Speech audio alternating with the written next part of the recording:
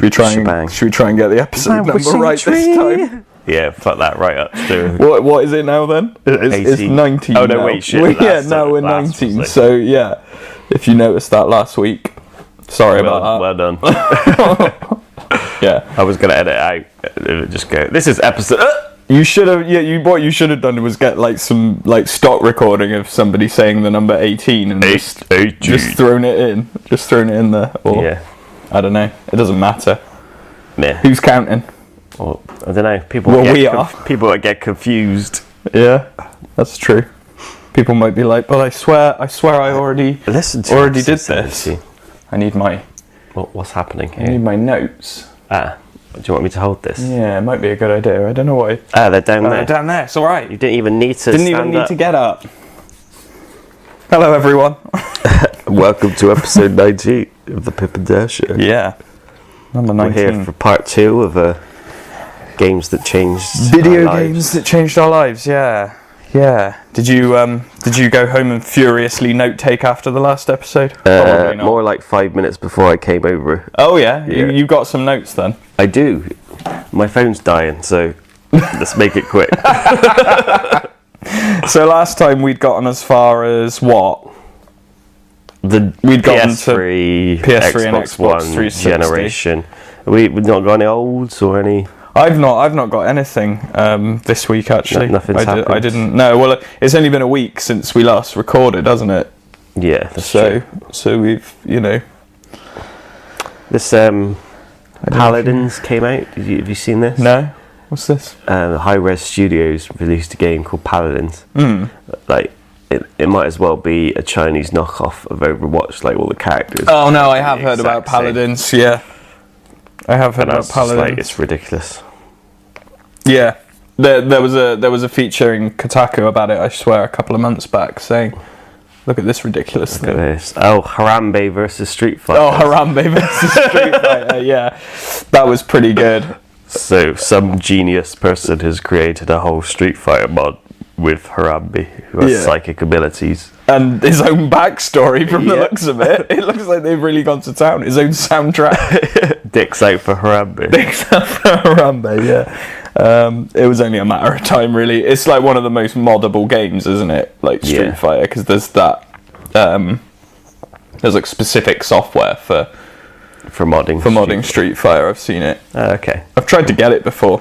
Is it a specific Street Fighter? Like 2 or Turbo or something? I don't know. I mean, I think whenever I've watched like what people have done with it in the past, it's tended to be like the alpha kind of animations. 3. Yeah, and or like Street Fighter 3.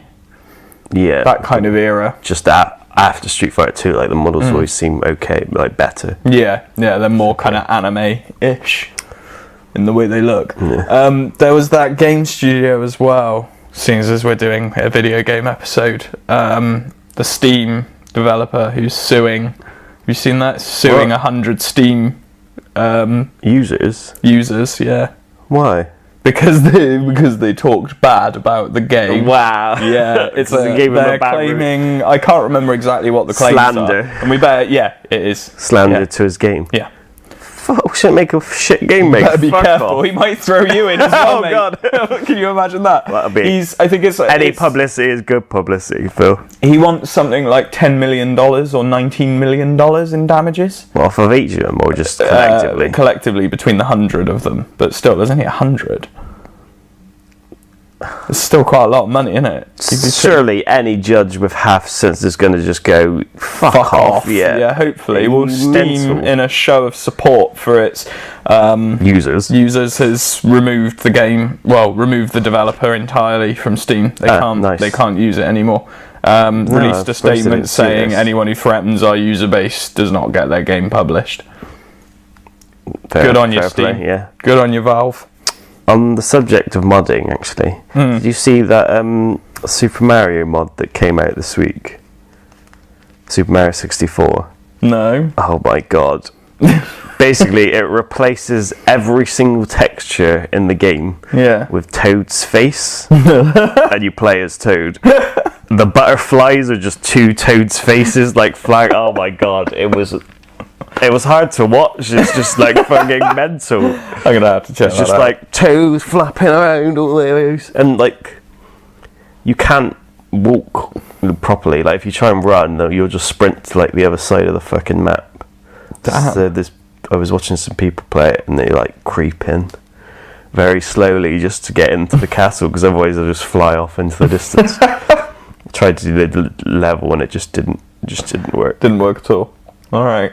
Horrific things. Just everything was Toad's face. Didn't someone do something similar with Doom, like with loads of Nicolas Cage's face? Like every texture was Nicolas Cage's face. I know someone did that with Zelda, Majora's Mask. Every texture was a different Nicolas Cage face. Maybe that's what I'm thinking of then. Yeah, that might be when you get attacked by bees, it goes, not the bees! Not the bees! But yeah, the moon's just a massive Nicolas Cage face. Yeah. Yeah, I'm pretty sure it must have been that, actually. Now that you say it. People do wonderful things. They really do. Modding should just be, it would be nice if modding would make its way to consoles relatively soon. That's a segment onto. Basically, PlayStation have said they're not. Yes. They're not allowing mods for Fallout. Or any games, I guess. Well, Skyrim, hopefully, will have support on Xbox One for mods once the like they've been trying really Super hard. Mega Collection comes out. Yeah, well, it makes sense, doesn't it? Why restrict it? PlayStation is just like nah. Yeah, PlayStation. I guess because just want to lock it down, don't they? Yeah, leave it like not open to exploitation. I can understand it to a degree, especially with the fact that it was so severely hacked. I can understand why that would create a high security culture. It kind of makes sense in a way. I'm pretty sure like the PS4 was one of the last things to even get hacked, and it's really hard. They really lock it down. So anti-piracy and that. Yeah, there's no real proper way to do it. It might even be PS3. Maybe I don't even know if PS4 has been cracked yet. No, I don't think so. I don't think there hasn't been a big like DDoS attack or anything like that, has there?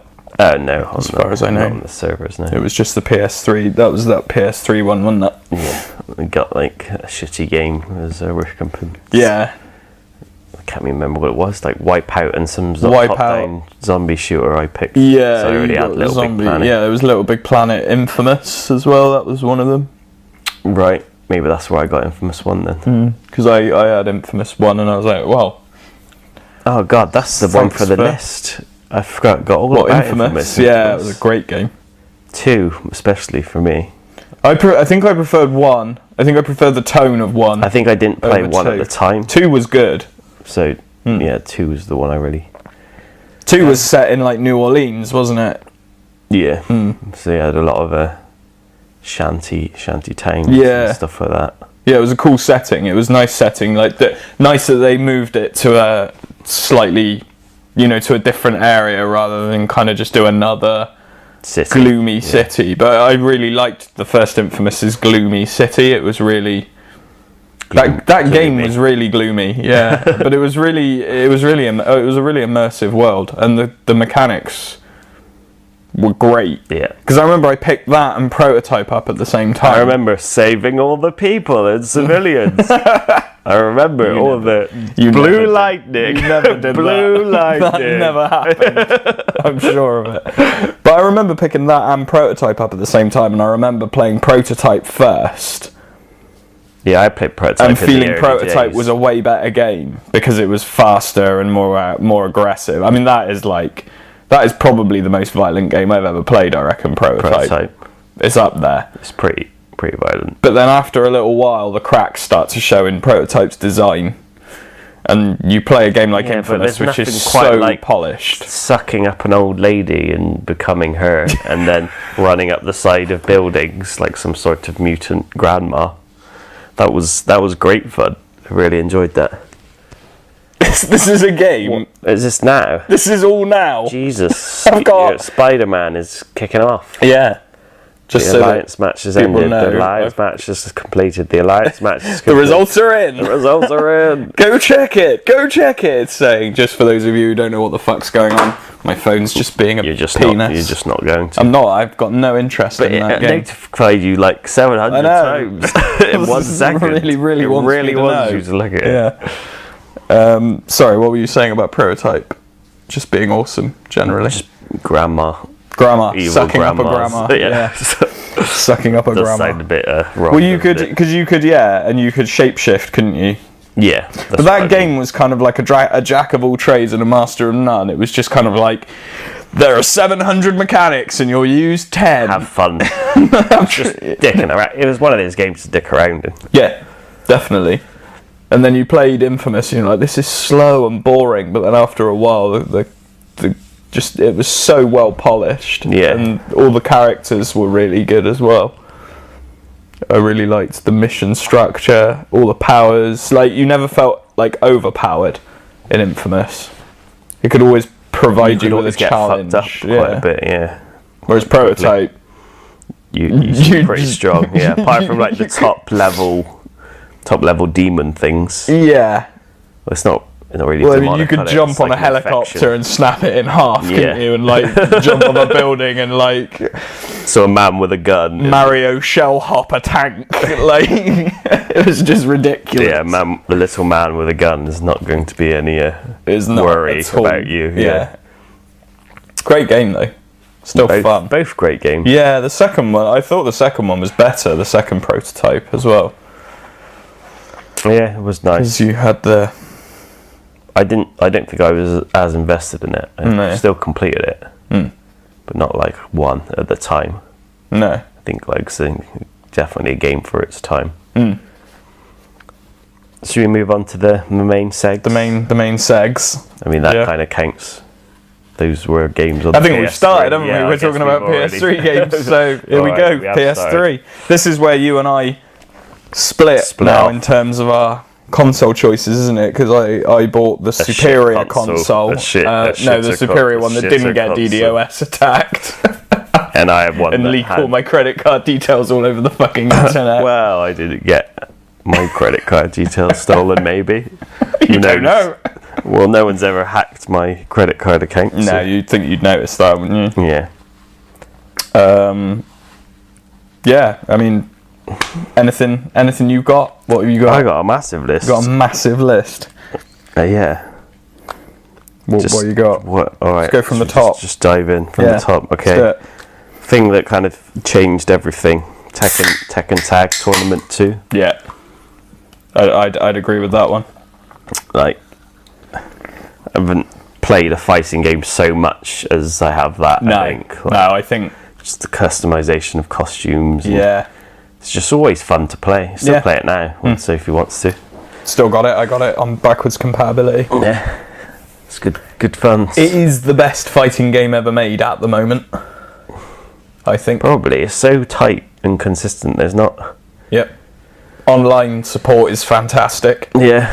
Never had a problem finding a match. Apart from getting my ass kicked. Well, yeah, that's different though. Yeah. And playing tag online as well. Like, two of you. Yeah, swapping. It's fun. Swapping out, it's good fun. And infinitely worse than playing by yourself. Because you've got your own flow, haven't you? Yeah, there is coordination, but it's just not as fluid if you're playing both characters yourself. No, obviously. And especially if you're playing with some glory-seeking motherfucker who doesn't want to tag out. I think we all played with one of them. I think we're all guilty of doing it as well. Probably at one point or another. Where you're like, no, I was doing so well. I can do it. Oh, I'm dead. Yep, pretty much. Tekken Tag still up there. Definitely up there, yeah. 7's out in a bit. That'll be nice. Yeah. I can't wait to play that. With Akuma. It just seems like it's been so long. I've been waiting for it since Well, didn't they say they were going to do a Tekken Street Fighter game? like Capcom did. Well, I kind of feel like Capcom... You remember when he joked about it being 2018? It's looking more likely by every minute. It's looking more likely never. It's more I can't... If I was Capcom, I'd be really pissed off because they pulled their thumb out and pretty much immediately because they kind of made the engine and then didn't... That's what Pokken Tournament is. The Pokken Tournament was the engine they were developing for Tekken Cross Street Fighter. Yeah. I did not know that. And then they were just like... Fuck it, let's make a Pokemon game. Let's make a Pokemon game. I don't know if it wasn't up to their quality or they wanted to do something different, but they just turned it into Pokken instead, I think. Huh. Fun facts for you. There you go. Yeah, I did not know. See, I did not know that. Scrapped it all.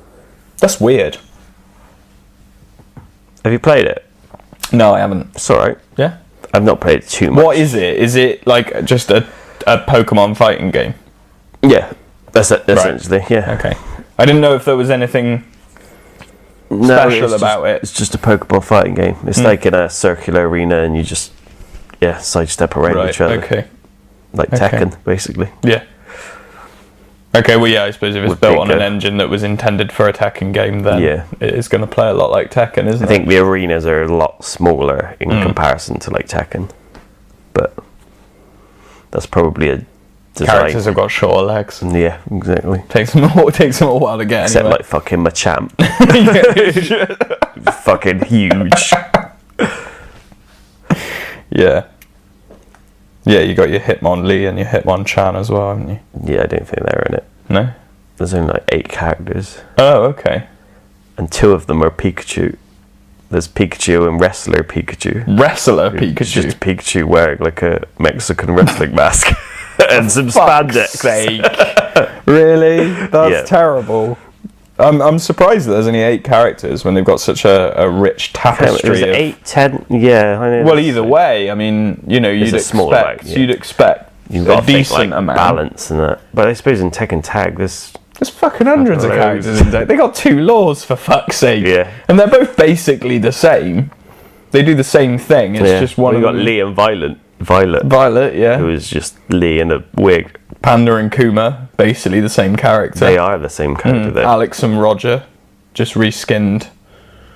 Not now. I'd say they're quite different. They're quite different. Panda and Kuma are just reskins, aren't they? Yeah, they're one character.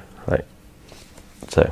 Yeah, there are a few characters like that. I mean, it's interesting. Sebastian's just a Lily copy. Yep, same move set exactly, isn't it? I think so. Yeah. No change, just an old man instead. I mean, a lot of them have got the same builds, like Bruce and Brian. What do you mean builds? Like very similar in terms of how they play and. I don't think so. No. Not Bruce and Brian. They're completely different. He's more. Yeah, he is. He's more. Bruce is faster and uses more elbows. He's more legs and elbows. Well, Brian's more like a heavy puncher. I'd go with kicks with Brian. Every day. He's got good heavy kicks as well. Yeah. You're talking. So I mean, they do. There's all those. Let's put it on. I'll fucking kicks. Smash you. I'll fucking smash you. It's not. I'm not saying one's better than the other. I'm saying that the character frameworks are very similar. For them. You know, and you had. Yeah, but I could really play Brian. Same with Heihachi and like Bruce at all. Kazuya, as well. Maybe. Heihachi and Kazuya. I love his ult grab. Brian, where he goes, ha ha! Yeah. So when I'm playing with Sophie, I'll just go, ha ha! And just do the grab. And if he does it, I'm just like, yes. King and Armor King, they're quite similar, aren't they? Yeah. So basically, Tekken's got 4 characters. They're all just reskins and rehashes. Just reskins and slightly. Basically. I mean, they all do have different moves. There's no denying that. And some of them slow alterations, but... In essence, no one's like fucking Wang though. No, there's Wang the hero. No one like Wang. No one like Wang. Wang the hero. No one can flop it out like Wang. Not like Wang. It's my all-time favourite Tekken character. Just purely for like ambush tactics because no one's expecting it. No one's expecting a sudden Wang. A sudden Wang in the face. Alright, that's enough Tekken. It's enough about Tekken for one day. You pick now. I've got GTA 4 and 5. Well, 5 isn't this... Yeah, it is. Oh yeah, shit. They redone it. Right, they did redo it, yeah.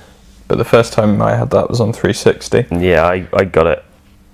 I waited until it was out on PS4 before I bought. Wait, no, that's a complete lie. Yeah, I got it on you played it online. yeah. I was gonna say you were like playing it online like all the time for a bit. In fact, I never completed the campaign. Yeah, on that I remember. Which is weird, I suppose. Like I only. Have you still not done it, or have you done it? When I got it for the PS4, I just pretty much rinsed the campaign. I did it all in first person. The whole campaign. Fucking hell.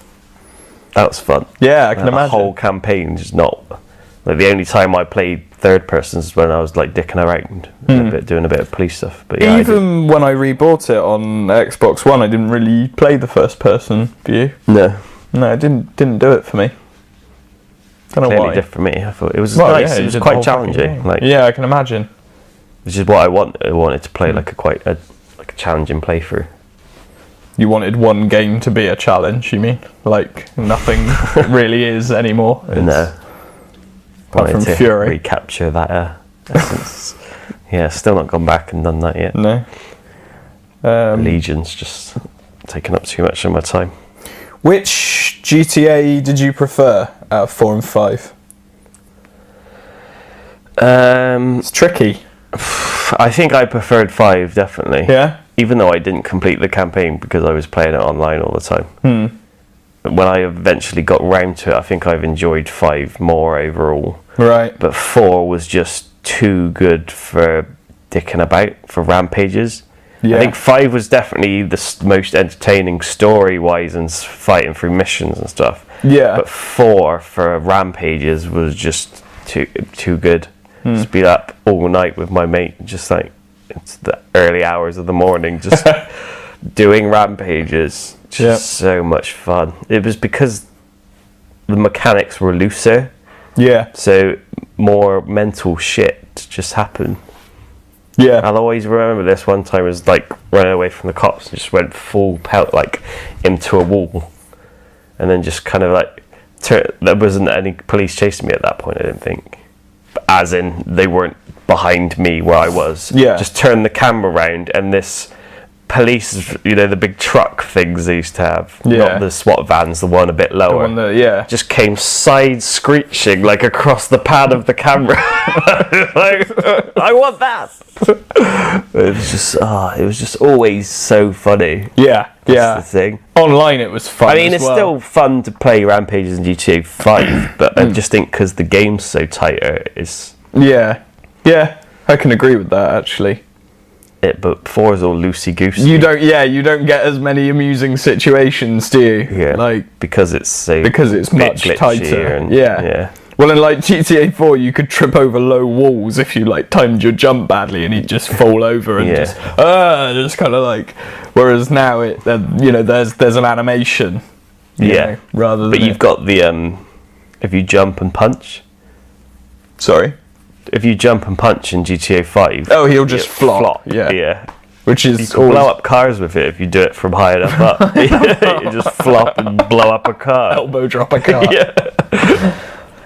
Well, I remember just going up to the top of the mountains in 5 and just trying to flop my way down the mountain. Right. Down the mountain. Just rolling. Yeah. You die very quickly. You die way before you get to the anywhere near. Yeah. But then you say like the mechanics are more kind of tighter, and they definitely are. But like, have you watched any of these like stunt videos that people do for GTA 5? What, like plane stunt? Landing a motorcycle in a plane and stuff, and you just think, I don't know how you've done that. No, I don't know. Get him to shoot. Yeah, shoot and just go miles. Yeah, it's really weird. I'm messing around with like certain physics and finding like a sweet point. It's like the swing. Do you remember the swing in GTA 4? No. Oh yeah. I do. Into it, and your car just get flung away. Yeah, I do remember that. That was a lot of fun. There was one time me and my brother were trying to land in Central Park. We were getting in the helicopter, flying over Central Park, and then trying to time it by jumping out and landing in the water in the little pond. Yeah. It didn't go too well. I can imagine. It took us quite a few attempts. But you weren't allowed to just sit there and hover. You had to like drive at it and jump out at the right point. It was a lot of fun. A lot of smash faces. Yeah. Well, this is the thing, and this is what's great about GTA is it's a true sandbox. There's so much to just fuck around with. Like, you can have so much fun with it. I was really pissed off about the removal of tanks, though. Yeah. What? Tanks were so much fun. Tanks and GTA are kind of synonymous with each other, aren't they? Yeah. I guess they are in 5, aren't they?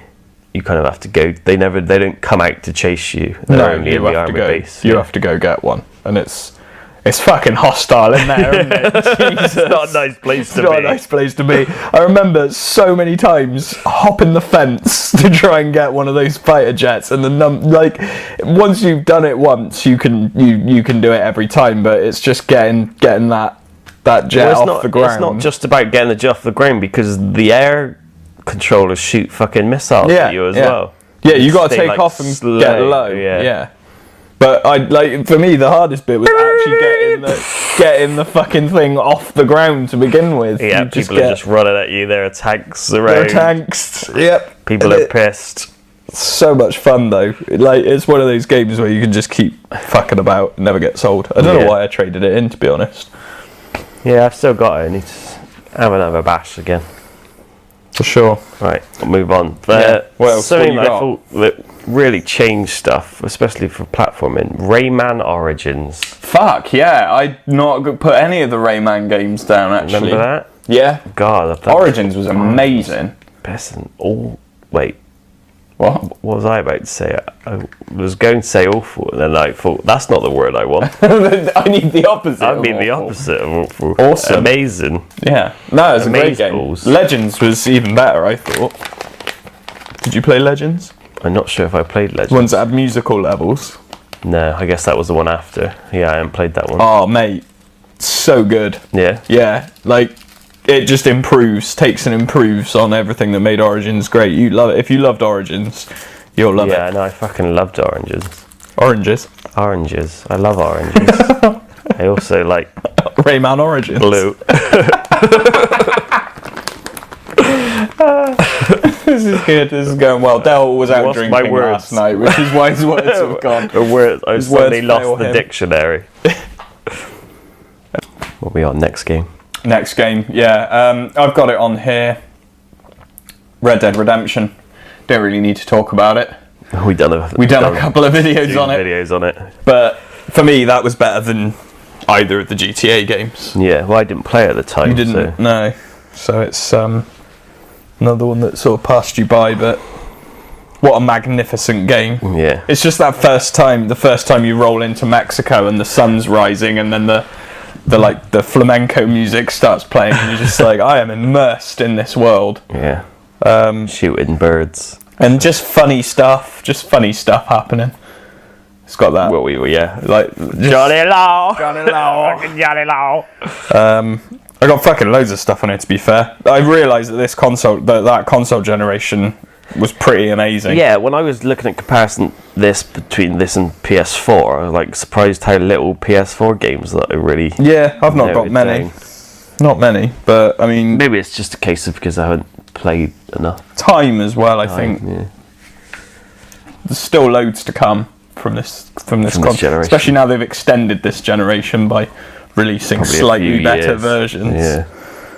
Well, they reckon it's going to be like an upgrade every 4 years now, don't they? Console upgrade every 4 years.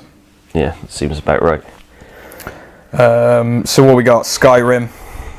Yeah, that's a big one, especially for you. Yeah. And a lot of people. I'm sure. I spent most of my life in Skyrim. It was better than my real life, for sure. You can't be a vampire in real life. Can't be a level 100 wood elf, Dale. No, level 50. I never got anywhere near. I can't remember what they increased the level cap to. I know they did increase it. Surely you're just not finding mobs, or do things scale? To your level. Yeah, they scale to your level. Yeah. So I know you could complete not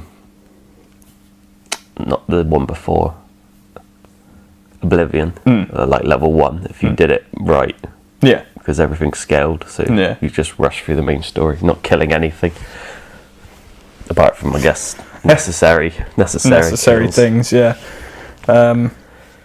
Just a really, really immersive world as well. I'm really looking forward to buying it for a third time. It's nothing like getting hit by one of those giants and just fucking flying into the sky. Yeah, and you're never a match for them. Like, even when you come back at like a higher level, and you you not? Yeah, no, okay. they just fucking club I never really you to played death. it as much, but I remember trying to get a mammoth's horn. It was one of my quests, and it just wasn't do not happening. like it when you attack their mammoths. Giants everywhere. Do not like just it. running away. It's just not happening. Because they're like really fast as well. They're not like lumbering, are they? They will fucking chase you down. They run after you. Yeah, it's not a good situation. You've got to climb up on a rock to get away from them. Can't do rocks. It was a great game though. Yeah. Definitely changed the way I perceived that sort of game as well. Just the scale of it, like.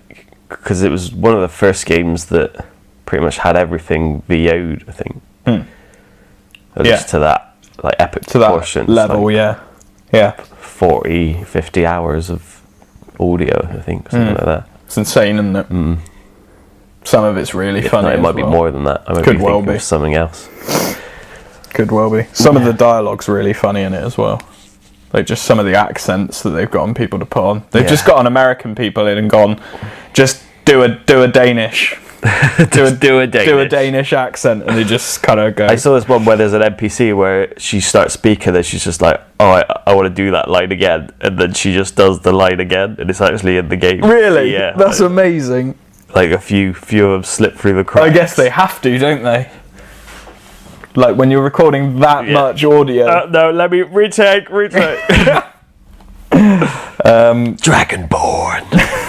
What else have you got? What have you got for your XCOM? Yeah, that was a pretty big one for you, wasn't it? I mean, that's got that generation. That was a big one for me. Just I lost the whole December to that game. But still, Phil, that's one of my greatest gaming achievements, completing a classic Iron Man. Yeah. 30-hour game of chess. Basically. Where one wrong move could fuck your entire completely game. Destroy the campaign. I fucking love that pressure. Yeah. I don't think I have the. You don't have the patience. I don't have the patience or the mind for that. It only took me 30 attempts. Only. I mean, a lot of that was like resetting the game because I had fucked up early. Like I think only 5 attempts were proper attempts, right? Where I got like to a certain point in the game, and then everyone died, and it's just like I just want to cry. It's just like back to the beginning again. What happened? Does it go right back to the start, or? Yeah, I reset the game. Fuck. Because if you're at the end game and you've got like 5-6 troops that are trained to the brim, and you take, because normally I don't really take squaddies on later missions. So if you fuck up properly and they all die, there's no way you can start again with squaddies. Then it's not happening. You'll just get into the level and all the squaddies will instantly die because they're fucking shit.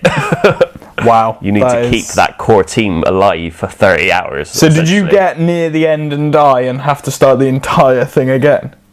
Sometimes, yeah. Oh, mate. I don't know how you'd have the motivation after that. I've done it. I've still got all the like completion screenshots, like all my stats, what I did over there. So yeah, if anyone's interested, pop them up. Pop them up on the page. You up. Yeah. Just send an email and I'll. Well, just pop them up on the page. Make it our cover photo, Dale. Just game stats. Just game stats. Yeah. Who gives a shit? I don't. I got it on here. Call of Duty Modern Warfare 2. Yeah, actually.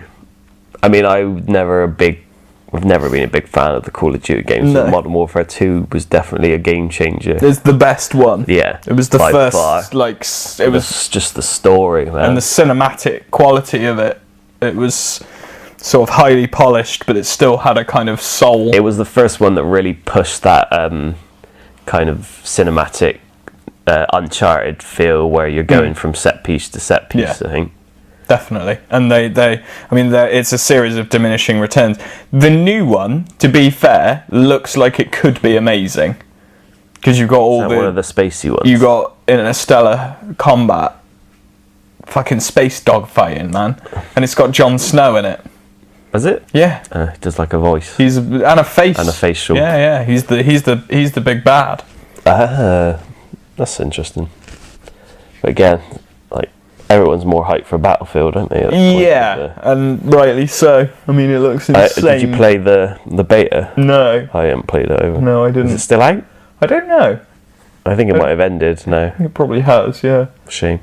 Yeah, it would have been good to try it, but yeah, I mean, it looks phenomenal. It's kind of funny, isn't it? Like, one of them's gone right into the future and the other one's gone right back into the past. Yeah. Like, First World War. It's good because there's not a lot of media that really takes the First World War. Yeah. It all just goes on to second. Second, yeah. Yeah, no, first will be interesting. It'll be interesting because sniping is such a massive part of Battlefield. And sniping in Battlefield 1 looks like it's going to be quite difficult because of the obvious technical limitations. I don't know, from what I heard about the demo, people were still having quite a good people that can snipe in Battlefield are going to pick it up, aren't they? They're going to pick it up straight away. I mean, that was always the way I used to play on Battlefield 4, was the role of the sniper. That's how you play in every game. Hide behind a tree somewhere and just pot shot people and hide again. It's satisfying. It's satisfying when you're waiting and when you're seeing somebody making their way across the map and you're like, you got a few opportunities on the way, but you're like, no, I'll bide my time. And you move a couple of times as well. You set your areas and set yourself up properly, and it's pretty awesome. And then pays off. And then you get dicked by someone who just runs up behind you, in the back, shanks you, runs off again, jumping. Yeah.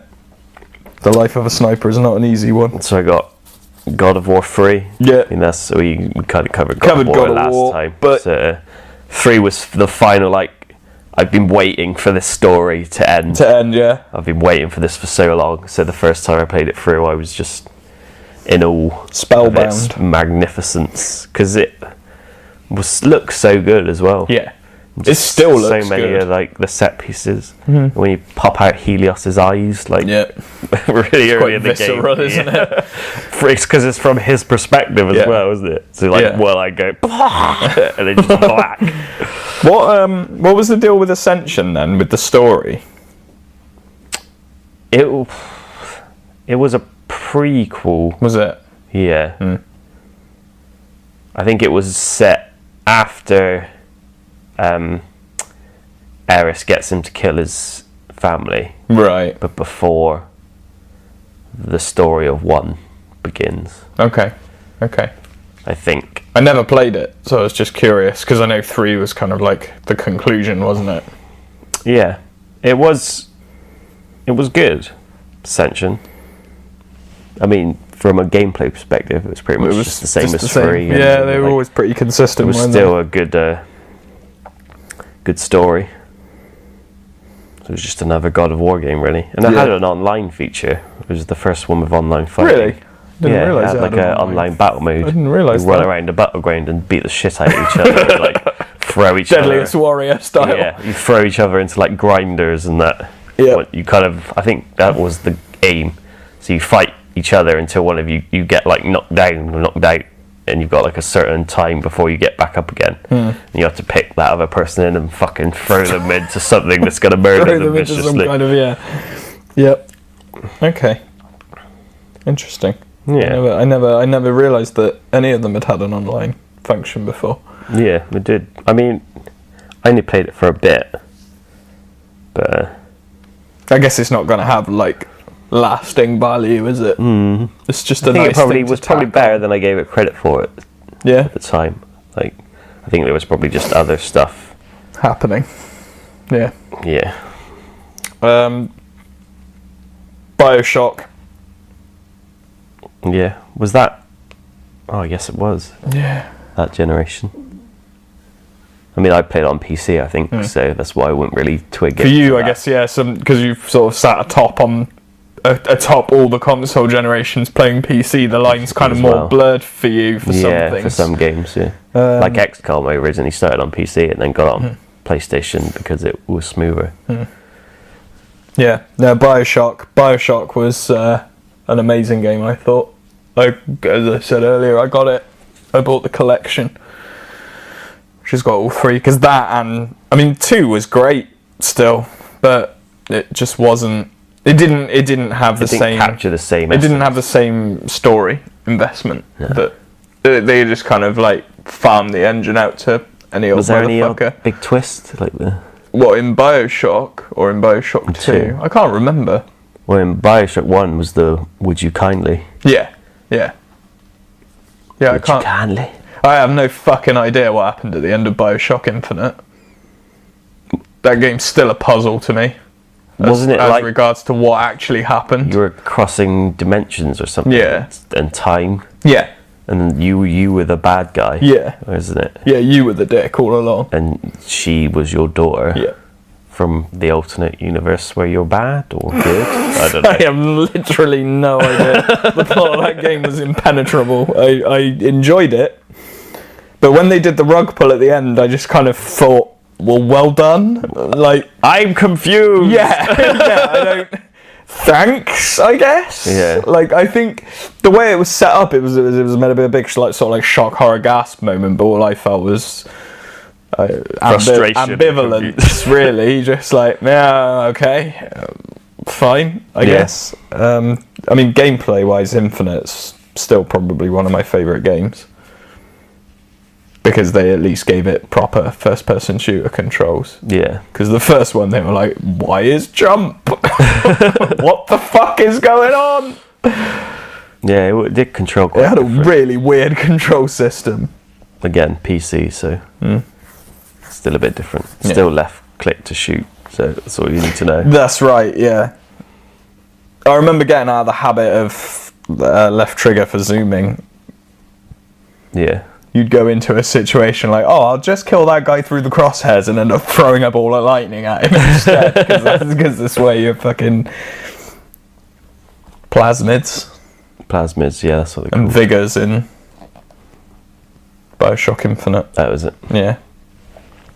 And Adam, that's what you harvest from the small children. From the small children to power your plasmids. Just like snap the necks and suck out the juice. Oh yeah. Well, that was replaced with salt in Infinite. Was it salt? Salt. What, you just picked up a bowl? But it was just it was the same thing, man. It was. You didn't harvest it from the snap necks of children. It was just bottled and lying around. Right. I'm not sure if that's more fun or less fun. I don't know. I always used to. There was a certain moral element, wasn't it? Yeah, definitely. Because you could save all the girls. Yeah. That was what I went for. I don't think I quite made it. Because there is an ending if you save like every little sister. And then you like frolic with them at the end of like a party. And it's a bit weird. Yeah. Yeah. I think I'll probably go for that on my playthrough on the next one that I do. Yeah. Try and save them all. I can't remember. Do you get more Adam over time, or is it you just get less Adam generally? What? I think if you save them, you get less Adam. Yeah. But I can't remember if it like built up more over time or something. Yeah, I think there's a more immediate reward to snapping their necks and sucking the Adam out of them. Whereas I think if you save them, you get less in the short term, but it's better in the long term. Yeah, I thought it was something along those lines. Plus, you don't have to kill a fucking Big Daddy every time you want to. Because that was the fucking worst No, bit. I'm pretty sure you still have to kill them. Do you? Yeah, because that's the only way you can get to them. Yeah. Because they ignore you if you do nothing, don't they? Yeah. It's just kind of nice. You just follow the Big Daddy. Yeah. Oh, you mean the Big Daddies ignore you? Yeah, the pair of them just ignore you as long as you don't fuck with them. Yeah, when you do fuck with them, that's when shit goes down. Those games had amazing intros as well. Yeah. Like the first time you see Rapture, you just go down in the thing, and you're like, what? Look at this. What the fuck is underwater city. Yeah. And the same with Infinite. You go up in the rocket, and you go through the clouds, and then you see the Sky City, and you're like, Jesus. Yeah. Kind of tried to use the same beat for beat. Yeah, yeah. But it worked. It worked both times. Like both times, I was like, oh, when it kind of opened, I was like, Infinite's so much like more colourful and. Where are they going to go now? Underground, I guess. I don't know. Yeah. I don't think he's going to make another one, is he? No, I suppose not. Because he didn't want to make a shooting game. I mean, it seems to be the story of this poor guy's life. Is he's got all these great ideas, and they're like, "We love him. Put him in a shooting game." And he's like, "No, for fuck's sake." He's the same guy that did System Shock, isn't it? Yeah. And his team of ragtag developers. Yeah. They're doing a HD version of System Shock 2, apparently. Alright, I've got that on Steam. I've never really played it through. No, I've not been through it. I know it's supposed to be one of those quite historical masterpieces. Yeah, it's very highly regarded, isn't it? What else you got? This is a big one for me. Yeah, they all are, aren't they? They are all big releases, but this one kind of resonated with me a lot in this genre. Bayonetta. Oh yeah, I didn't even write that down. What a fucking game! Yeah, just hair as power. Which kind of mental person thought that? But it works so well. Yeah, just like summon giant demons of hair, kill gods, and just the whole story, man. I mean, there's a lot fucking going on. There's a lot going on in that game. You're like, what's happening? Quite a lot of it's unintelligible, but it's like a big opera. Yeah, it is. Essentially, yeah, it is. Yeah, that game was wicked. Yeah, I loved it so much. Went back, did New Game Plus as well, because one of the few games where I think New Game Plus is even better. Because you start off fighting harder enemies. Yeah, but you've carried over your abilities and equipment and stuff. And yeah, do you know, just those kind of the big set pieces, and it looked amazing. It played fucking amazing. Just the whole mechanics. It's the best game Platinum's made. Because it was dodge. You basically needed to dodge to win the game. You couldn't really fight without dodging stuff because you needed that slowdown of witch time. Yeah, with all the... And to incrementally get your balls of energy. Your balls of energy. Do like big specials. Yeah, it was all about dodging. Time. Yeah, for sure. I don't think I figured that out the first time I played it through either. I think I need to go back and do it again. Right. I don't think I spent enough time nailing the timing requirement. Right. If you see what I mean. Yeah. And I think it's all timing. I ended up... Which I think is what you want from a game like that. Yeah. Like the third-person crazy action fighter. It's all about timing. Yeah, for sure. I didn't say it landed me my job at Sega, but when I went for my interview at Sega, like, I had the one-to-one bit. And then after it was ending, I was like, you're not even going to ask me what my favourite games are? And I don't know, I said something and I was like, my favourite Sega game is by Bayonetta by far. Yeah. It's like, it took everything from me. That was an interesting day. Yeah. Yeah, I forget often that you did that for a job for a little while. Working at Sega. I think I'm really impressed with the, basically you played loads of games. Yeah. Like, noted down your score, like you had so much time. And everyone got stuck on this, with Super Monkey Ball was one of them. And everyone got stuck on this one level, and I did it first time. Because no one, basically, you could control with the analog and stuff, you swing around. Yeah. But you could also use the touchpad. Oh, right. To move it as well.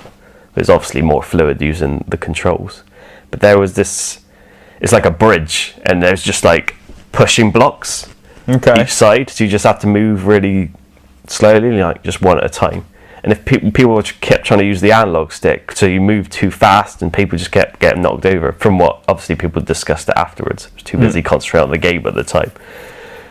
But you could move really slowly if you just use the the touchpad. So I like first time just stopped using it, just touchpad my way through, and then on to the next level. It was miles ahead. I think I was one of the top for like the Super Monkey Ball game. I can't even remember what else we played.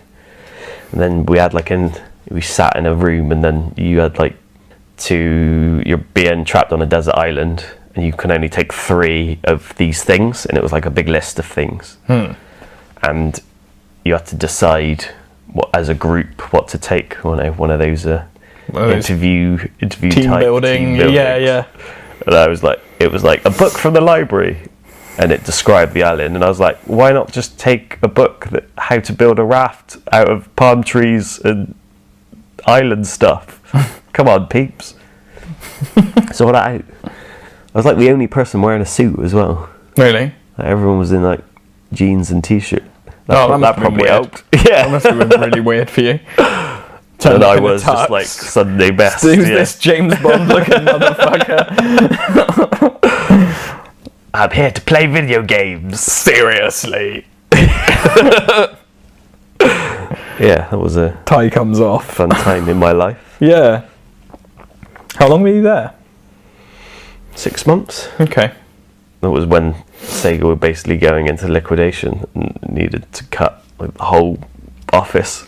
So it kind of just disappeared. Because we were a part of the night shift, we didn't see so many other managers and stuff, so I think the work that we did wasn't being translated over as good, so I was fucking ace at that job as well. Yeah. Well, it's playing video games. Yeah. But you also have to write up bugs and stuff. Yeah, well, yeah, that's the whole point. Quite coherent when coming to that. So yeah. It's the whole point of testing, isn't it? Playing video games for a living. Good times. Good times, yeah. Jeez. I'd love to do that. It doesn't pay very well. No, I can't imagine it does. Well, and now you've got open beta testing. Yeah, so. For online games that does it. Ass creeds. Ass creeds. I've got the ass. I just wrote down ass creeds. Ass creeds, all of them. Well, particularly 2 for me. Yeah, particularly 2 was that. It sat on my shelf. I didn't play it for the longest time. Because, it was out for ages, and I picked up it. Because I know I had played Assassin's Creed 1 and enjoyed it. But Assassin's Creed 1 didn't blow you away like 2 No, years. It was proof of concept. Yeah. If anything. Proof of concept. And I remember buying that and Brutal Legend. For like... That was a fun game. For like a tenner. And I played Brutal Legend through for a bit, and then I just didn't enjoy it that much. So I just was like, I can't be asked to play Assassin's Creed now. And it just sat on my shelf for weeks and weeks until I put it on one day and was just like, I'm not leaving. I'm not leaving until this is finished. I did it I did the entire game in a weekend. It's that kind of I bought 2 litres of Red Bull. You don't want to leave. Yeah, I bought 2 litres of Red Bull and I stayed up for 48 hours and played Assassin's Creed 2 and then had the biggest sleep ever. The Assassin's getting a bit sketchy towards the end. Just flopping in, stabbing someone and flopping out again.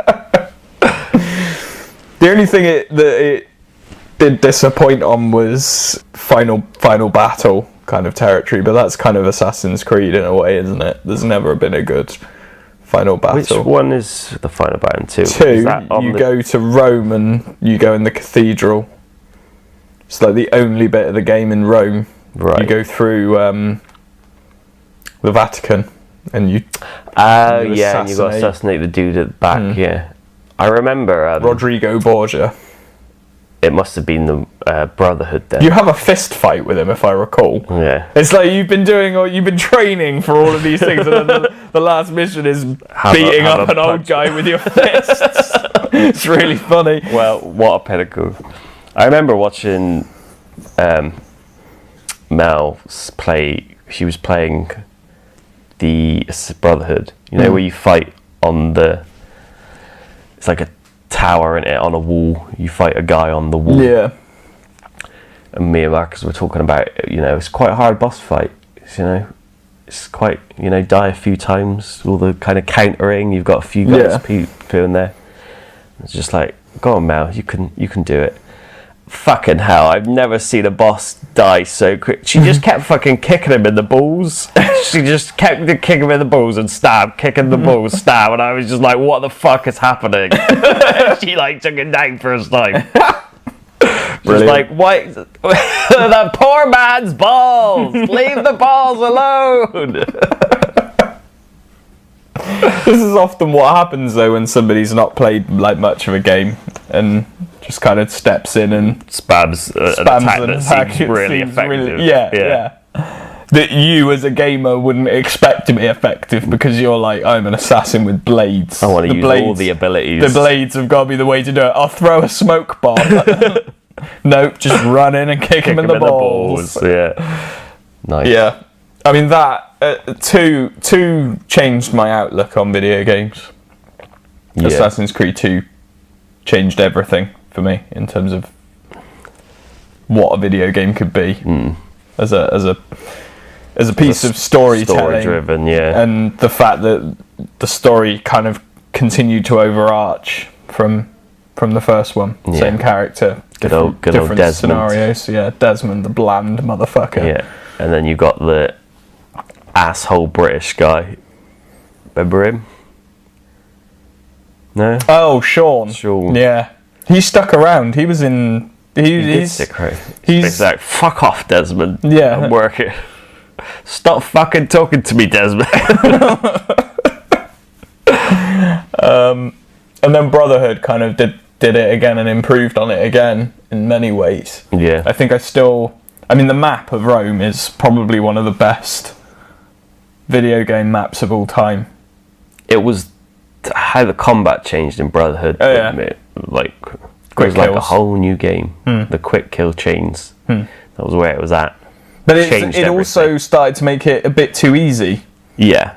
It was kind of a blessing and a curse, because I remember that first kind of major mission on the wall. You can just kill like 12 people in a row if they're running at you. Yeah. Quick kills. Like it ain't no thing. Yeah. And it looks really impressive and you're like, that was great. I really enjoyed that. And then after like 10 hours of it, you're like, this game is fucking stupid. It's just so easy. And it only got worse. I mean, Revelations was really good. Revelations kind of went back to the more like old school, almost like Assassin's Creed 1 with the, you know, the dungeons, like, you know, and the kind of secret rooms and shit, secret things that you have to run around in, and you got bomb making. It's like in races, that one. isn't it? It's Roofcat. Roofcat's back. Oh, there's two. Don't look down there, Roofcat. There's two of them. Oh right. What's it doing? You can't go down there, Roofcat. No. This is really. It's doing it. Oh my god. Oh my god, that cat. I'm tripping, Phil. That cat is fucking. It does insane. not give a fuck. It's just sat there on the edge of that window. Yep. Fucking hell, that cat is a proper maverick. Bat cat. Yeah. Anyway. Yeah. We'll keep you updated on the status on the status of if it falls off. Is it just gonna go to sleep up there? Probably. It's just licking its ass. Cleaning itself. Yeah. Fucking cats. Next game. Next. Have you got anything else, or are you? Yeah, no. Yeah. Have you not?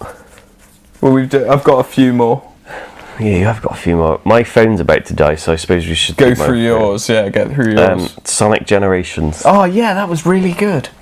I'd forgotten about that. Yeah. Sonic Generations. It like recaptured your childhood. It did. They've done really well, because Sonic games at that point were starting to decline very rapidly. They weren't starting to decline. They had been declining. They'd got fucking nosedived into shit. And as Yahtzee would say, a hanging stalactite of piss. Yeah, and it wasn't looking like it was going to get any better. And then suddenly Generations came along, and everyone was like, "Woo! It's 2D and 3D." Yeah, Sonic. it's all the Sonics really that are good. Yeah, and they worked well together, and the story was coherent. Yeah, just about for a Japanese game. You had Dr. Robotniks who ended up fighting each other as well. Yeah. Like then at the end, they were just like, one of the 3D Robotnik was trying to fuck over 2D Robotnik. Yeah. The only thing I remember about that is the last boss battle being a fucking pain in the ass. Where you'll have to go through the chute stuff, yeah. Swapping around. It fucking annoyed me. It just seemed quite badly designed more than anything else. Yeah, once you got into a flow of doing it, it was okay. But I remember the first few attempts I had of it was just like, what am I supposed to be doing? Yeah, what do you want from me? I hate that. It was just really hard to collect the coins, and you had to keep coins to stay in Supersonic. Stay alive, basically. Yeah. Yeah, that was a great game. Have you seen Sega's gotten a bunch of indie developers together to make a new Sonic game, like a new 2D Sonic game? Why aren't they doing a second generations? They're doing a second generations, yeah. After Sonic, is it Sonic Boom? Yeah, Sonic Boom's just come out, and I'm not sure. I don't think it's very good. It's probably shit. Yeah, like 99% of Team Sonic's output is shit. But this one just looks like a classic Sonic game. They've been told they're allowed to reimagine old levels as well as build new levels. They've basically just been given all of the dev tools to make a great Sonic game. Alright, well, we'll look forward to that. Hopefully it won't be shit. It won't be. It's like some superstar dev team of like indie developers who've probably been making Sonic stuff levels like that for years, you know. What else you got? Uncharted. Didn't even factor that in. We spoke those games, a bit about them last time, but yeah. Those games, man. Naughty Dog changed the whole landscape of storytelling as well, didn't they?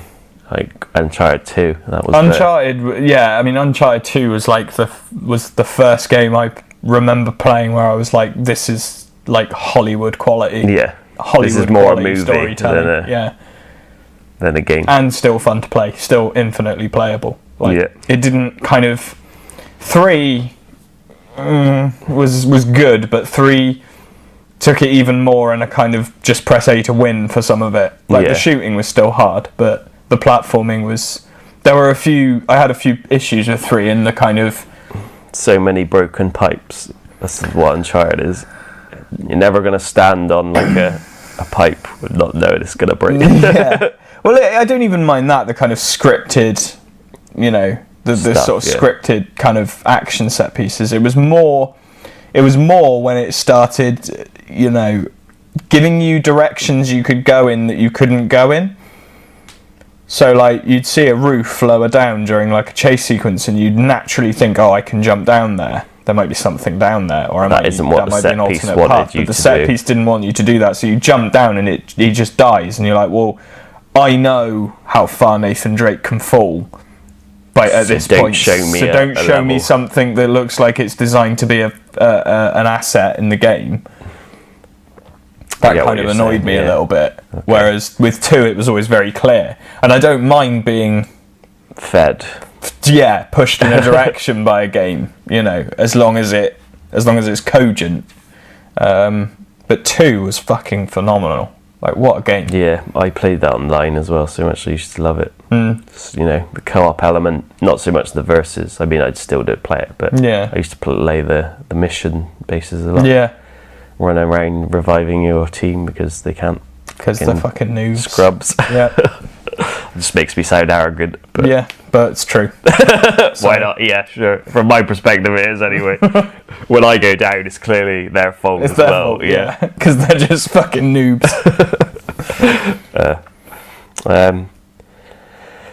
This one, I mean, it's still little, but I still fucking loved it at the time, and it was something I played a lot of. Castle Crashers. Yeah. Like little side-scrolling. One of the most successful indie games ever made. Yeah.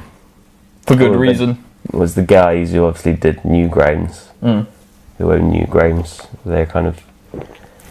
Their games after Alien Homage, basically. Yeah. And I thought it was really good. Great, funny. Yeah. Yeah, it was. And tight. Very tight. Really tight. Yeah. It wasn't easy. I mean, it's an interesting, like, Xbox 360 and PS3 are interesting because this was kind of like rise of the indie game, wasn't it, as well? Because you could self-publish and stuff. Yeah. And you had like a wave of amazing indie games. You had Braid. Oh yeah, which was amazing. I forgot Braid. You had Fez. Which was amazing. Super Meat Boy, which was amazing. Yeah, like those three in my mind. That and Castle Crashers those are the indie games that really better than most AAA game releases. It really shows you what people could do of like 2 or 3 people in a basement and just churn out some of the best games you've probably ever played. Fucking Phil Fish. Yeah, what a dick. Another on the indie side, I mean, I've noted this down just because I had a really fun time playing it. You might know Lone Survivor. No. It was just a side-scrolling horror game, but it was so good, like a Resident Evil style, Metroid kind of. You go. Oh wait, the Metroidvania kind of thing. Yeah, no, I do remember this. And now that you're saying enemies that just the scream. Oh my god, it haunted my nightmares. I mean, did they you were use like light in it. Was light a factor? Light's normally a factor in horror games, but like. They wouldn't come into light, or you could kill them with light, or... No, you definitely had to shoot them to death. Yeah, okay. I'm sure light came into something... I don't know. Maybe. Who knows? It's been a while since I played it, but I just remember the screams of the basic enemies, just like being terrified. Blood-curdling. Normally I don't get... Especially not a 2D sprites, but it's just like... Oh my Jesus, sometimes they're on the ceiling, sometimes they're crawling along at you on the floor. But yeah, I just remember having a really fun time playing that through. Huh. I just wanted to stick it on it, you know. I'm guessing it's on Steam. Yeah, it will be. And the last one I have for this generation, because I think it changed a lot. Yeah. Little Big Planet. Yeah. Like, for what, I guess, community and the whole... The community was amazing, wasn't it? Yeah, the whole game creation side of it in itself as well. Stephen Fry, he had a voice. Lending his voice talents. Yeah, that gave it an extra seal of quality, didn't it? Having Stephen Fry narrating it was so simple. Jump and grab, that's all you had. That's literally all you had to do. But it was so difficult in places. I 100%ed it. I know you did. I didn't. That's every level without dying. Yeah. And I started off doing the final boss, and I was like, I'm doing this. I'm getting it, yeah. But unfortunately, I wasn't able to transfer that save onto 2 because my PlayStation 3 died. No! I mean, I got another one on warranty, but I lost my save. Everything got erased off it. Shit. It just like flashed the drive when you get it. And that was before the cloud was kind of a thing. Sad times, yeah. But you know, I know. The trophy's still there, Phil. The trophy's still there. That's all that really matters. Yeah. As long as you got the trophy and or achievement. Yeah. Yeah, I don't play games because they're fun. You just need those trophies. Get that trophy fix. Got to get that game a score. Yep, absolutely. So on to yours. Arkham Asylum, man. Ah, shit. I forgot all about Arkham Asylum. Yeah. Arkham Asylum rocked my world. It really did. Because it mixed 2 of my favourite things successfully. Batman and video games. Yeah. It had an amazing combat system that's been taken by pretty much like everyone since then. Yeah. Like you're kind of the free flow. They call it the free flow combat system. To the extent that even Assassin's Creed poached it. Did they? Yeah. Started in the newer one? Or? Yeah, 3 onwards. Yeah. Because they changed up the counter button. Yeah, that's true. Before you had to like switch, didn't you? I mean, you could kind of say they're codependent because a lot of Arkham's free flow combat was probably poached from Assassin's Creed Brotherhood. Yeah, just mixing up their own formula. And doing it so much more successfully because just all the hiding in the rafters. Yeah, hanging upside down from things, gadgets, all the gadgets, hiding guards upside down. Things. Just the fun, the exploration, and kind of that feeling. The predator-prey kind of dynamic. You are trapped in this area. Yeah, but they're trapped with you. You don't ever really feel like you're trapped. It's them that's trapped in with you. Yeah. And just the way it all kind of takes place over one night. Like one night in Arkham. One epic night. Yeah. One night in Arkham. Amazing game. And I don't think that they've made one as good since I will say that. No, I will say it was probably just as good for me. It was. Don't get me wrong, as good mechanically, and the story was great, and the same for Arkham Knight. Obviously, Arkham Asylum was the one that really. It was contained. I think that was why I liked Asylum so much. It wasn't really a proof of concept. It was. There it is. Here's an amazing. Here's an amazing Batman game. Yeah. Here's an amazing video game license that. Mechanically, sort of you haven't really seen much like it before. Yeah, and it had great voice acting performances. All of the cast from the animated show. Yeah. In it, apart from the guy that does Commissioner Gordon, because I think he's dead. And Alfred Pennyworth, different Alfred Pennyworth. As long as you got Kevin Conroy and Mark Hamill, that's what you need. That's all you need, isn't it? Like, his Batman voice is the Batman voice. Well, Mark Hamill's is the Joker. The Joker voice, yeah. I still haven't watched Killing Joker. No, me neither. I've got it. I'm not going to watch it. I just have to own it. Just gonna think of it as a happy memory. It's definitely very good. Yeah. If I don't need to watch it. If I don't watch it, then what I don't know can't hurt me. Yeah. I mean, that cartoon, man, that original Batman cartoon, I've got both the series that they've released in this country on DVD, and it still stands up. Well, yeah, I mean... Good storytelling. Yeah, it changed. That was like a show that changed, like, the front of what cartoons should be, and, like, kids... Because I don't remember there being a lot of dark, gritty cartoons like that. It was all... Cartoons prior to that were all stupid. Like, stupid cartoons glowing. For stupid children. Yeah. There was never any threat. This had muggings and gun violence, and, like, it was a real world, And not a nice one at that. No, it wasn't. There wasn't a lot of hope. Still, it was still appropriate for children, that's the thing. Just about. Some of it I watch back now and I'm like, I'm pretty sure that went over my head when I was a kid. Yeah. It's fine. But it's kind of like Adventure Time is a bit like that. Where it is kind of... It's got the happy, colourful... That's made for adults. It's made for adults to fool children. That's what Adventure Time is.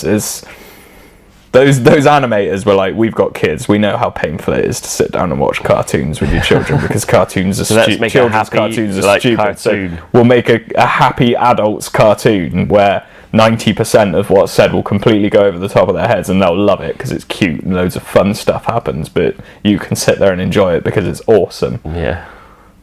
But it can get quite dark. I've seen I haven't watched loads of it through. Like, I've only seen a bit, but I watched one of the newer ones, and I don't know. He was like, it was dark, man. Yeah, I was like sad at the end of it. It is. It's a proper. The cartoons are. Cartoons improve all the time. I think. They're getting there, aren't they? It's that you don't need to treat My Little Pony, Brony for life, Brony for life. You don't need Rainbow Dash is my favourite one. You don't need to treat children like idiots. Like you don't. Disney cartoons aren't stupid. Everything doesn't need to be Teletubbies, and it doesn't need to be so black and white. There doesn't need to be such a.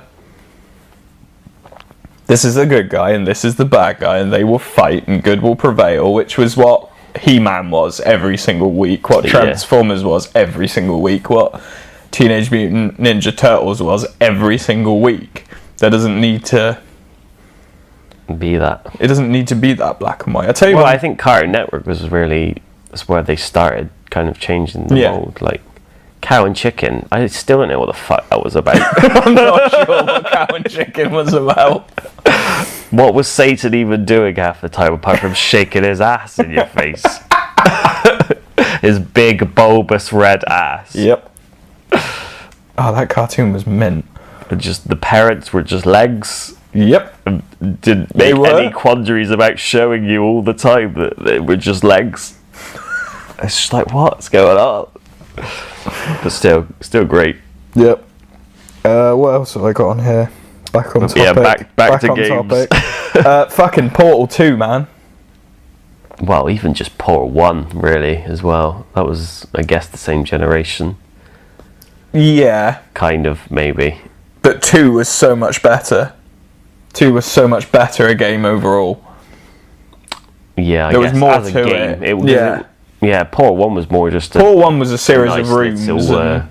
Nice little thing they put in that just took off. Yeah. Whereas Portal 2 was... had Steve Merchant in it. He did. He wasn't the best bad guy, but... Because he's a bit incompetent. Yeah, but it kind of worked. I was so, like, when I think you defeat GLaDOS and he's like, get in the elevator. Come on, get in the elevator. I was like, don't you betray me, Stephen. Don't you betray me. And then obviously you get betrayed pretty much instantly, and I was sad. I was like, why have you done this to me? Stephen Merchant? Why? Great game, really fun. Co-op was amazing. Yeah, all the great voice acting. My life gives you lemons. You gotta take those lemons. You gotta blow lights out with lemons. That was the same guy who did James Jameson, wasn't it? Yeah. J.K. Simmons. Yeah. Soon to be Commissioner Gordon, J.K. Simmons. Oh, is he? Mm-hmm. He's got such a good voice. Yeah. That kind of angry American man. Yeah. Older angry American man. I mean, I don't want to typecast the guy, but... No, well, I think he's typecast himself, mate. Yeah. What else have I got on here? Far Cry 3. That was a big one for me. Jungle. I became one with the jungle. Yeah. God. To the extent that I got up at 6 o'clock in the morning before work a couple of times when we lived together, just so I could play, be part of just the so I could be part of the jungle for an hour before I had to go to work. Concrete life. Yeah. I remember. I mean, I only played it sporadically with you, but and like the ending, well, that was fucking weird. That was weird, wasn't it? Yeah. That was like, alright, I want to be one with the jungle. Oh wait, no, I'm She's dead. Murdered me. She stabbed me. She black widowed my ass. Yeah, I was like, it felt like the right thing because you were there while I went for that whole decision making process, weren't you? And I was sort of like, there's only one way this can go. Like, fuck my other friends. My life. Yeah, like fuck my old friends. I'm staying here with this jungle bitch, and that was what happened. And it felt like the right ending for my game, and then she killed me, which I suppose serves me right, really, doesn't it, for being a dick? Yeah. But it was quite unexpected. It was like, what? It was really unexpected. Yeah. I didn't see it coming. I'm now with your child. Blah, blah. Yeah. Your child will become one with the jungle. Probably. It's continuing the jungleness through generations. Love some jungling. I fucking loved that game, though. I kicked the shit out of that game. Yeah. I took everything from it, and it took everything from me. Just came in and you'd be playing it like for a few weeks. Yeah, it was. A few weeks. It was just there. Far Cry freeing. I couldn't play Skinning all the animals. Skinning all the animals, yeah. Getting all the upgrades, finding all of the shit. Remember the first time we came across sharks in the water as well? Fucking hell. Wasn't it like, was it like at the bay, and then we stood at the side, and like a mammoth attacked you? No, not mammoth, just an elephant, I guess. Yeah. No, elephant, because elephants was... Was that 4? Yeah, because it was set in like... Maybe I think someone else. Set in the east. So you could ride elephants. But yeah, it was a fun game, and kind of really expanded on that whole exploration. And now has like a lot of... They've been different. It was like Far Cry 3 was the one that really changed that, because Far Cry 2 tried to do something but just wasn't very good. Yeah, it was very ambitious, Far Cry 2. Yeah, for its time. And so was Far Cry. It was really ambitious. But I think Far Cry, for its time, really worked. Yeah, it did. I still love playing Far Cry, the original. Yeah. Still a great game. It's like Crysis. I have no idea how they made that game, like at that time. How the like spoiler didn't come out, I guess, or generally be more known about. Like when the first Alien shit happened, I was like, what? Yeah, what? Now suddenly aliens. This was a pleasant jungle shooting game. I was just killing, like terrorists. What the fuck is going on there? Aliens? Jesus! And there's this giant fucking alien crab just like stomping down the mountain. And it's when you're coming back down. The mountain. That bit is just awesome. Yeah, that game was amazing as well. All the like power shifting and Crisis 2 was impressive as well. Jumping. I think jumping might have come under agility or something. I don't know. Look, fucking Batcat just sleeping on that edge of that window. It's dangerous. This is a nutter. That cat is off the chain. What if it had night terrors and just flopped? Do cats get night terrors? I don't know, maybe. They just fell off and dead. It'd probably be alright. Probably live, yeah. Cats smash out of like 20-story buildings and just run away. They just bounce, don't they? Little shit. Just chilling in the sun. Just having a lovely time. Next. I've only got a couple more on this generation. I got Alan Wake. Never played that. I really enjoyed Alan Wake. And I think Steam, so I think you would enjoy Alan Wake. It's very story driven. Yeah, it's all about his writing, isn't it? Yeah. And darkness, and light. Dark and light. Yeah. There's a bit though. There's a bit where you come out of a house and you've got to fight some crows. And it's just magnificent. It's just a magnificent piece of like game design. It's fucking terrifying. Like, it's just horrible. Yeah, crows are never nice to fight because they're crows. They're small. Yeah, they're difficult to shoot. Yeah. But it's just everything about it. It's the atmosphere, the music, like the whole package, just all of it together. Yeah. I was like, yeah, this is a contender for one of my favourite games ever at that point. Up to then, damn. I was like, it's good, and it's ropey. It doesn't play amazingly well. It's rough around the edges, but it's just, I like it. I played it for I can forgive a game 15 minutes. Or something. I can forgive a game for being technically bad if it's got good intentions and good story ambitions. I like a game to have ambition. Like, I would much rather play something like Recore, which is buggy as fuck and plays a bit badly but has a heart and soul, than something hyper polished that just has nothing to offer you. It's just dead inside, like Call of Duty. Yeah, I know I keep going back to Call of Duty, but it is just dead inside at this point. The horse is long decayed. It really They're just beating the ground now. Yeah. They're beating the decayed remains of the horse. Yeah, Activision with a golf club just mercilessly attacking the dirt. But it's killing the horse's kids now. My last one for this generation, and I'm sure, as with previous generations, there's loads that I've forgotten, but Borderlands, man. Oh, I guess. Borderlands. Yeah. That really, there wasn't really much like it before Borderlands came out. No. Kind of RPG shooter. Yeah, but RPG light, wasn't it? Yeah. It was never like... It was just... heavily stat-based or anything like that. It was just kind of... Pick up more Get another gun. Get another gun. That was all it was, wasn't it? Get some new abilities occasionally. Yeah.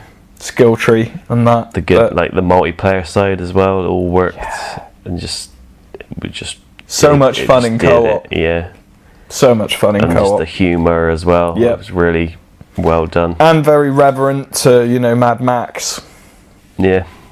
Well, obviously a lot of the inspiration is coming from all the, like, raiders and that. Yeah. They're all, like, all the enemies were really unique and interesting. All the factions. Created a really amusing character in Claptrap as well. Yeah, he took off, didn't he? Yeah, that was a big... That was a big deal, wasn't it? Shit. It was a big deal. I fucking loved Borderlands. I think that and Skyrim are the only two games I've spent that much time. I think... I probably played 2 more than I played 1. Really? I see, I never finished 2. No? No. I was... took to 2 too soon. I played it through, and then I played it through again with one of the extra characters you can buy. Yep. The mech woman. And then obviously played all the... because the expansions were coming out periodically. Tiny Tina's quest for like epic. No, that's not its name. Tiny Tina's adventure thing, the castle thing. It's one of the best DLCs I've ever played in my entire life. Like, it was probably better than the actual game, and it felt like that, like a whole new game. That's always good when you get something that's actually standalone. Good enough standalone. Good enough by itself. Yeah. Because it was like Borderlands, but it's obviously them playing an RPG. So it's got this all like knights, and all the weapons are now interesting fire swords and stuff like that. It was so good. I'll probably pick it up again at some point, because you can get the Handsome collection, can't you? Yeah. Which is Borderlands 2. Yeah, I've got that. So the 2 and the pre-sequel. Yeah. I never played the pre-sequel. I picked that because I hadn't played the pre-sequel, basically. What is the pre-sequel? Is it just another Borderlands game? Yeah. Basically. It's obviously set between 1 and 2. Okay. It's basically Handsome Jack's rise to power. Okay. Essentially. You're working for Jack, and you got to go down and do some vault stuff. Because you play as Jack. You can play as like a clone of Jack, Wilfried. This is back when Jack's got his actual face as well. Yeah. Back before that happens. I mean, it happens in the game. Right. Okay. Worth picking up. If you like Borderlands. Well, who doesn't? I think for me, my problem with Borderlands 2 is it came out because I was slow on the uptake with Borderlands. I didn't pick it up straight away, and then I finished Borderlands and pre-ordered Borderlands 2 because I got it in an Argos pricing mistake. Oh right. Yeah, I got it for £15 brand new on release day. Oh sweet. But then it was too soon because I'd only finished Borderlands that was, like a couple of months prior. The pre-sequel, I didn't want to buy it because I was like, I'd just been playing 2 and rinsing that through, and so I left it. And then obviously I picked up this Handsome collection, played it through on that. Great games. True story. Definitely great games. If you like shooting things and collecting new guns, there's nothing. If you like new guns, you're pretty much sorted with that game. Yeah. So much gun comparison going on though, isn't there? Like when you get a gun and you're like, is this better than what I have? You end up hoarding guns. With the numbers are better, but the gun isn't better itself because of how the gun works and your play style and stuff like that. You have to actually try things out. Well, and there's elemental effects on all the weapons as well that can change stuff up, and because you want acid weapons for robots and so on and so forth. Fire for humans. Yeah. So I can't think of anything else to chuck on the 3, the PlayStation 3 and Xbox 360 generation. Way past trying to think out of anything now. We've gone through such a large list. Well, you got your Halos and you got your Gears of Wars. Yeah. I mean, I never really loved Gears of War. I loved Halo 5 more than you did. 4, sorry, yeah. I did the campaign. I mean, the original Halo, I have very fond memories of the original Halo. Because I just used to get really stoned with James Williams and stay up all night playing Halo.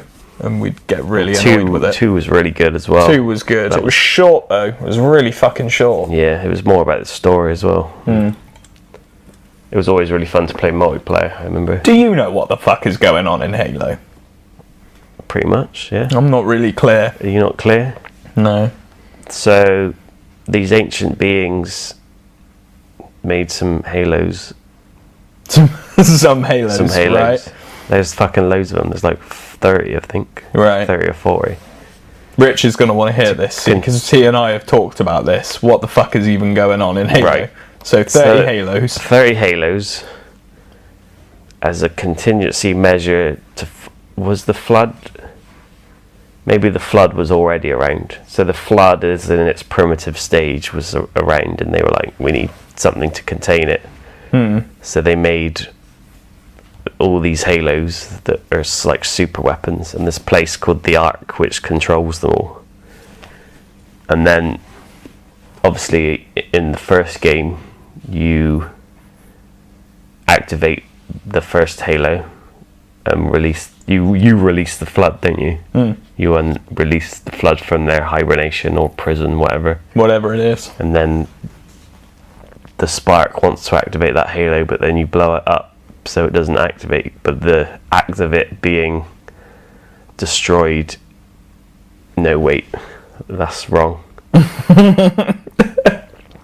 The first Halo never gets to a point where it's going to be activated, but in Halo 2 the second Halo does, and you stop it because Brutus activates the Halo because he's pissed off with mankind, because they take over the Covenant, don't they? Yeah. They basically start an insurrection and take over the Covenant, and then Master Chief kills them all. Yeah. All the leaders that are kind of there. And then you've got the Arbiter, who's kind of, the rebellion. And then they work together to stop the ring. So, and the act of the ring being shut down activates the Ark, which activates all the rings. And then I think in 3, do you stop the Ark? You might stop the Ark. I didn't really play 3. No. That might be where the confusion's coming from, is from going 1, 2, 4. Well, I'm pretty sure Reach, at the end of 3, that's it. You stop the war. Yeah.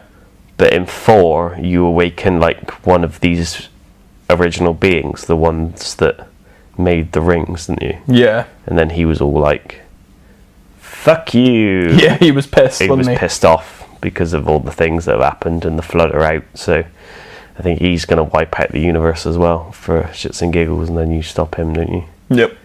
Okay. Something along those lines. I hope that was you might want to read a bit more than my coherent ramblings. You just got some kind of, it's a synopsis, a brief synopsis. A brief synopsis that may not be accurate.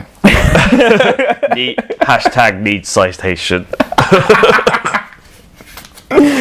Alright, what have you got on... That's what I remember anyway. Yeah. Rings and shit. Rings and shit. And Arbiters. Yeah. What have you got Our fucking biters. Fucking biters. Fucking hell. What have you got on your PS4 then? PS4. This is going to be a short list, man. I've got fuck all. I mean, I just picked a few games that I own. Because nothing's blown me away. Nothing I can say, well, I'm like, this is changing the landscape of gaming. Like one thing. Yeah. Shadow of Mordor. Yes. Oh god, that fucking revenge system. That revenge system should be in every game. Which still hasn't really been picked up by anything. No. Which is surprising. I'm surprised. Everyone I'm was shocked. like, this is amazing. I was expecting it to be in the next Assassin's Creed, seeing as Shadow of Mordor took all of its tricks from Assassin's Creed. I was expecting Assassin's Creed. I don't know why no one's... Yoink. I mean, maybe things that are in development are using it. Yeah. But that game... That game was amazing. That was the whole reason I wanted to buy a PS4 in the first place. Yeah. Yeah, I remember, because you were toying up whether to get it on PS3, weren't you? Yeah. And I was like, don't do it. Just get it. Just get a PS4, yeah. So I did. In Black Friday, I think it was. Yeah, it was. Black Friday sale, yeah. Black Friday Bandaroo. And I rinsed that game so hard. I loved it. Yeah. Beheading all the orcs. It's just so much fun. Yeah, it was just too fun. And then you unlock the blink ability, and then you're blinking around all the places. And just shit kicks off. Remember that? Remember that time you were playing at yours, and you jumped down into the middle of 20 enemies, and I went, an achievement or something pops, and I went, Xbox show achievement, and it put out to the other menu. You were just like, no, why? Help! Top trolls had that day. Well, that's the problem with putting voice commands in. Yeah. Into an Xbox. People could take advantage if they're sat there. Xbox, turn off. No. Yeah, there was that guy who had his name on Xbox to be something like that. Xbox, turn off. Oh yeah, the online guy. So when people yelled at him, "God damn it, Xbox, turn off!" No. Player has disconnected. That's genius. But yeah, I mean, what else have you I put Witcher. Yeah, I didn't do it, but I gather that it's the best game. I still need to go back and finish it. But I was in awe and just the whole game. It was amazing, like how much detail they put into the world and just how expansive it is, all the colourful characters and interactions you can have. Sexy Gerald of Riviera with his beard and his yeah, and his hulking body. He likes to walk around naked, that boy. Abs glistening in the sun. But yeah, all the characters really interesting, and I was loving it. I just played it too much that I burnt out on it. So I will go back and finish that epic quest of 300 odd hours. You're gonna have to, stuff is well, yeah, that's what they think. 300 hours to really enjoy it. It's a lot of time. It's too much time. Too much. I'd much rather play Skyrim through for a third time. It's basically the same thing, but in third person. I always played Skyrim in third person. Yeah. I don't know. I didn't really think it was designed for that kind of play. I mean, it is if you're playing. It depends how you're playing it. Which class you're playing. Because I was playing stealth. You're much better off being able to see where you are in the environment. Yeah, I suppose. Just make sure you're often in first person. You're like, I'm carefully hidden behind this box, and then you look and it like half of him is actually sitting out. Yeah, sitting out. Okay. So yeah. But I'd always switch up into first for bow shots because it's easier to. Because that's when you want. What else have I got on my list? On your list of goodness. Dying Light was one I put just because I really enjoyed playing. I couldn't get into it. I wish I had, because it's very well just running reviewed. Around jumping off zombies' heads, and it's this kind of Borderlands where you pick up weapons that are like upgrades and don't weapons run out? Yeah, weapons degrade over time. They got like durabilities and. Isn't it made by the people that did Dead Island? Yeah, but it's not so much of a fiasco of shit as that is. Which is weird because. They put out like Dead Island 2 as well just before it. Yeah. Maybe it's not by the same people then. What are you looking at? I thought I saw some kind of light. Some kind of green light, but it's... Now Batcat's just leaning its head off the side. Window. That cat's just begging to fall off. More updates on Batcat. More updates on Batcat as they arise. Bloodborne is the last one I've got on the list. Basically, because I love that as well. It's depressing to see that there's not much great stuff for this generation. I've put. I suppose it's not really early though. I mean, this generation's been out like 2 years. 2 years, yeah. I mean, I got Alien Isolation halfway through its life cycle. Yeah, I suppose that's mechanically quite different than a lot there is. I mean, there's not much to it, is there? It's just kind of sneaking. Yeah. Just don't get fucking seen. Yeah. It's basically all you have to do to succeed at that game. But it's all atmosphere, and it's about that loyalty to the design of Alien, you know? Yeah. Like everything in there, it literally feels like you're walking through the movie. It's just so beautifully realised. It must have taken them so much research to get everything that spot on. Is it based off one of the actual ships then from one of the movies? It's not an actual ship, I don't think. It's just that the aesthetic. They've got the aesthetic perfect. They've got all the technology in line and done a really good job that side of things. Overwatch. Yeah, I suppose that's. Don't really need to talk about it because it's been a talking point. But again, that's kind of taken a genre which has been around with Team Fortress 2, the team shooter, and just. That has basically gone completely unopposed and just blown out of the water. Yeah. And then so many games are just like, let's try and do it as well. Just failing flat in the face because they're just not putting enough time. They're just trying to get copies out. Xbox has just been begging me to buy Battleborn. Begging me to buy it. It's been begging everyone to buy Battleborn. It's like, I'm only £25. In like 2 weeks, it went from a full price release to like it's a shame. £20. It's just bad timing, isn't it? Because they were both blatantly bad in game as well. at the same time. Personally, I played it. I didn't like it at all. So Fuck it, I suppose. You're not going to put the fucking effort in. Yeah. What else have I got on here? I put Titanfall down. Yeah, I suppose. Because I have a lot of fun on that, but it's not a lot of time. It's not winning any video game equivalent of Oscars. No. 2 looks like it's going to be quite good. I got involved in the open beta for that. It's just really Call of Duty with Titans. Yeah, Call of Duty with big robots. Yeah. Which the latest Call of Duty might have robots in it, but and spaceships. Spaceships, yeah. Yep.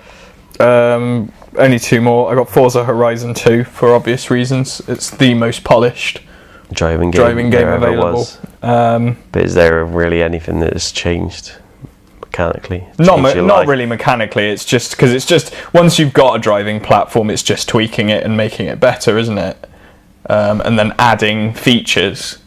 That's what you're looking at that point, is just adding more in. I got all of the downloadable content. The Forza Horizon 2, I haven't played it yet, but it's got this thing called Storm Island, where you can go to a different map, and it's just fucking raining. It's just all the storm all the time. It's more like a rally kind of game, apparently. Oh, right. Looks kind of fun. Little DLC or something? Yeah, basically. 3 looks incredible. I think 3, I wasn't even going to bother with 3 because I've not finished 1 or 2, but then I played the demo and I was like, oh fucking hell, I'm gonna have to buy this. It's so shiny. It's so shiny. You'll have to show it to me, like you said. Yeah, it's literally the shiniest game you've ever seen.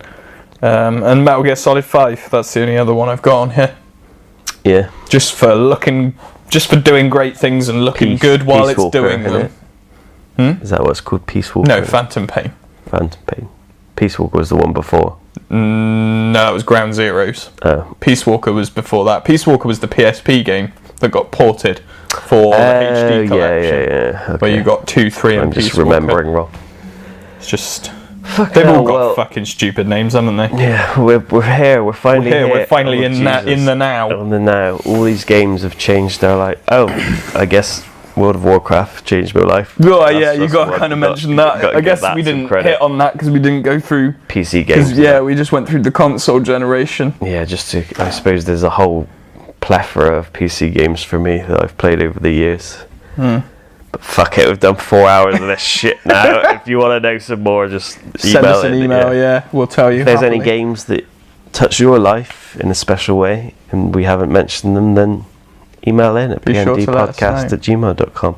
We'd be happy to hear about them and read your stories out on air. We didn't really go through N64, did we? Oh, fuck. I don't think we did at all. No, we skipped straight to GameCube. Alright, here we go. Ocarina of Time, Majora's Mask, Mario 64, GoldenEye, Perfect Dark, Mischief Makers, Banjo-Kazooie, other stuff. That game where you play as trucks and you got to not explode all the time. That was great. I don't remember what it was called, but it was fucking amazing. That was an amazing game. Oh, fucking hell. Star Fox. Other things. Mario Kart. Mario Kart, yeah, that's up there. Oh dear. Original Smash Brothers. Original Smash Brothers, yep. Yeah. There we go. Alright, that's good enough. Feelings. We did do N64. We did it. Yeah, we did do N64. Alright. Top job all around. Tune in next time. We'll have to do the secret thing again. Delayed again. That's fine. Tune in next time for the secret thing that we're going to do. And probably something else because I don't think the secret Oh no, we're not. We're doing shit. We got a movie review next time. We're doing as a 20th anniversary. We are going to be returning to our roots and reviewing another Joel Schumacher Batman film. Welcome to the Ice Age. So look forward to that because I'm sure you'll enjoy watching that. Oh, it's such a great movie.